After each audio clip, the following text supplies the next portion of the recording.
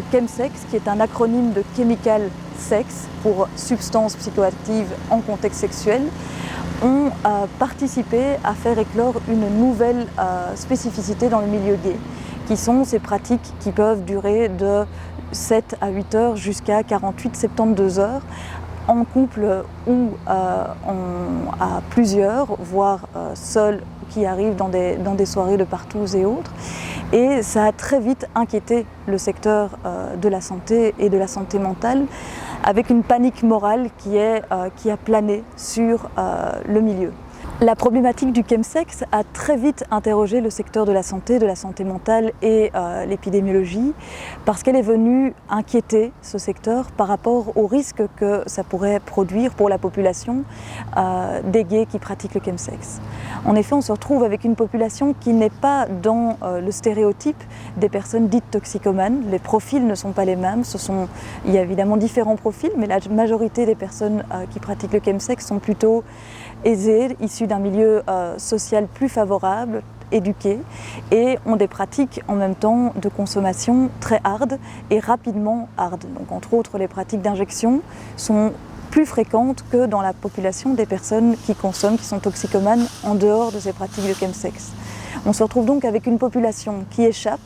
qui a toujours échappé, qui se cache pour consommer, qui consomme en réseau et qui consomme de façon violente. Dans l'étude que j'ai menée sur ces 2 dernières années, avec des personnes qui pratiquent le chemsex, qui sont venues en entretien individuel à plusieurs reprises, j'ai pu constater effectivement que non seulement la drogue a toujours fait partie du milieu gay et a toujours été quelque chose qui a permis aux gays aussi de se retrouver dans un espace social particulier. Il est vrai que la drogue a une fonction par rapport aux différentes problématiques de stigmatisation, mais elle a aussi une fonction socialisante pour les personnes qui sont dans les milieux gays, et on voit qu'elle est venue reprendre une forme d'espace particulier chez les personnes qui pratiquent le chemsex.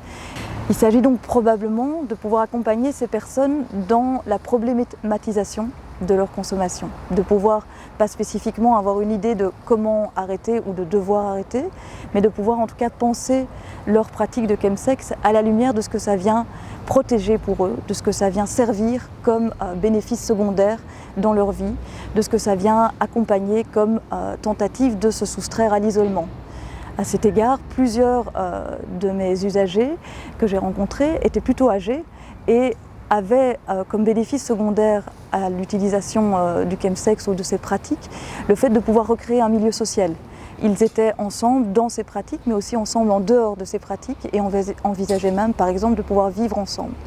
C'est là qu'on voit que pour un professionnel, il s'agit de pouvoir entendre ça de façon beaucoup plus plurielle et transversale. En Belgique, en Belgique francophone, on a constitué un site, chemsex.be, qui essaye de mettre constamment à jour non seulement des ressources pour les usagers en termes de réduction de risque, mais aussi des ressources pour les professionnels en termes de lieux d'adresse, que ce soit pour les questions de toxicomanie, de sexologie ou d'orientation sexuelle.